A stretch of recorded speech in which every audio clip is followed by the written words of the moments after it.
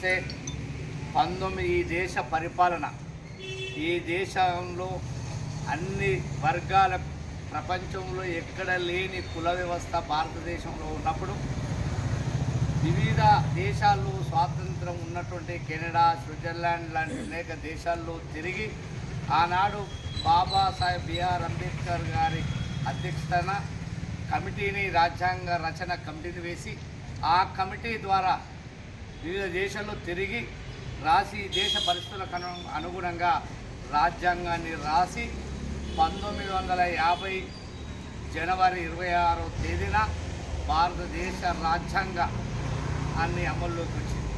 ఈ రాజ్యాంగం దృఢమైంది, ప్రపంచంలో అతిపెద్దది, ప్రపంచంలో ఎక్కడ లేని స్వేచ్ఛ, స్వాతంత్రం, లౌకిక సార్వభౌమ అధికారం, అదేవిధంగా ఆదేశిక సూత్రాలు, ప్రాథమిక హక్కులు, ఈ రకంగా అన్ని వర్గాల ప్రజలకు హక్కులు కల్పించినటువంటి చరిత్ర ఆనాడు ఉన్నటువంటి పరిస్థితుల్లో బాబాసాహెబ్ బిఆర్ అంబేద్కర్ గారు రచించిన రచన ఈనాడు ఈ దేశంలో 76 సంవత్సరాలుగా ఈ రాజ్యాంగ పరిధిలో పరిపాలన కొనసాగుతుంది. అయితే స్వాతంత్రం వచ్చిన తర్వాత ఈ రాజ్యాంగం అమలు చేసేటువంటి పరిస్థితుల్లో పాలకులు రాజ్యాంగ పరిధిలో చేయడం లేదు.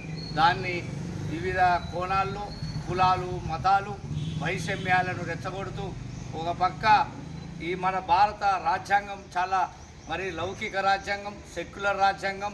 ఈ రాజ్యాంగంలో అన్ని కులాలు, మతాలు ఎవరి స్వేచ్ఛ వారికి ఉన్నప్పుడు ఈ దేశ పాలకులు కొంతమంది కులాల మధ్య, మతాల మధ్య చిచ్చుపెట్టి ఈ దేశాన్ని, ఈ మొత్తం విచ్ఛిన్నం చేయడానికి కుట్ర పన్నుతున్నది.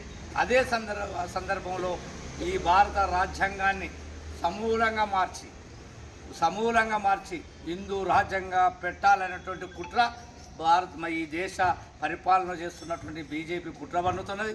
ఈ రాజ్యాంగాన్ని రక్షించుకోవాలా, ఈ రాజ్యాంగాన్ని కాపాడుకోవాలా, అన్ని కులాలు, మతాల ఒకే అయినటువంటి భావనతో ఈ దేశంలో వచ్చినటువంటి రాజ్యాంగాన్ని కాపాడుకుంటే తప్ప దేశ ప్రజలకు స్వేచ్ఛ, స్వాతంత్రం లేనటువంటి అవకాశం ఉన్నది. అందుకోసమే రాబోయే కాలంలో ఈ రాజ్యాంగాన్ని రక్షించుకోవడం కోసం పునరంకితం కావాల్సిన అవసరం ఉందని చెప్పి సందర్భంగా తెలియజేస్తూ ఈ 76వ గణతంత్ర దినోత్సవంలో పాల్గొన్నటువంటి పార్టీ నాయకులు, యువకులు, అదేవిధంగా శ్రేణులందరికీ కూడా పేరు పేరు అభినందన తెలియజేస్తూ కాపాడుకుందాం భారత రాజ్యాంగాన్ని.